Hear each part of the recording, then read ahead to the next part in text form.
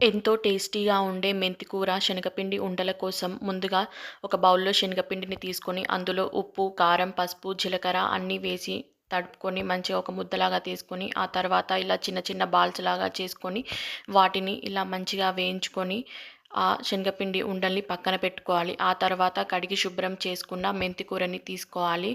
దాన్ని ఒక గిన్నెలో ఆయిల్ వేసి ఆవాలు, జీలకర్ర, కరివేపాకు, కొత్తిమీర, పచ్చిమిర్చి, వెల్లుల్లి రెబ్బలు, పసుపు వేసి అన్నీ మంచిగా వేయించుకోవాలి. ఆ తర్వాత ముందుగా కడిగి శుభ్రం చేసుకున్న మెంతి కూరని తీసుకొని మంచిగా వేయించుకోవాలి. లేకపోతే మెంతి కూర చేదు వస్తుంది. ఇలా మెంతి కూర మంచిగా వేగిన తర్వాత ముందుగా నానబెట్టిన పెసరపప్పును కూడా వేసుకొని మంచిగా ఒకసారి కలుపుకోవాలి.